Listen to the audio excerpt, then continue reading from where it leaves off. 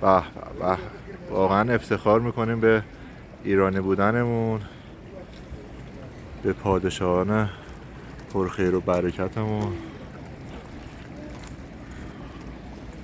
چقدر اردشیر دوم.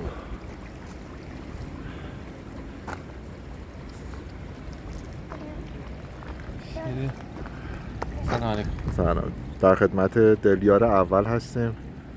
دلیار اول، نظرت در مورد اردشیر دوم چی بود؟ ها؟ تایید کرد. خوب بود؟ آره خوب. خوشگل درست کرده. بیهان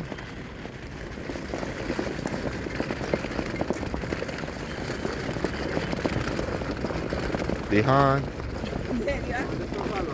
بیهان اومدی کجا؟ اومدی کجا؟ تاق‌بستان. بگو.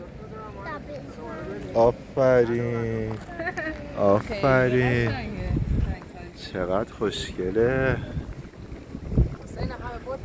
اسم این تاق کوچکه که خیلی خوشگله و اونم که فوق‌العاده است. چقدر قشنگه. واقعا اونم لذت میبره از این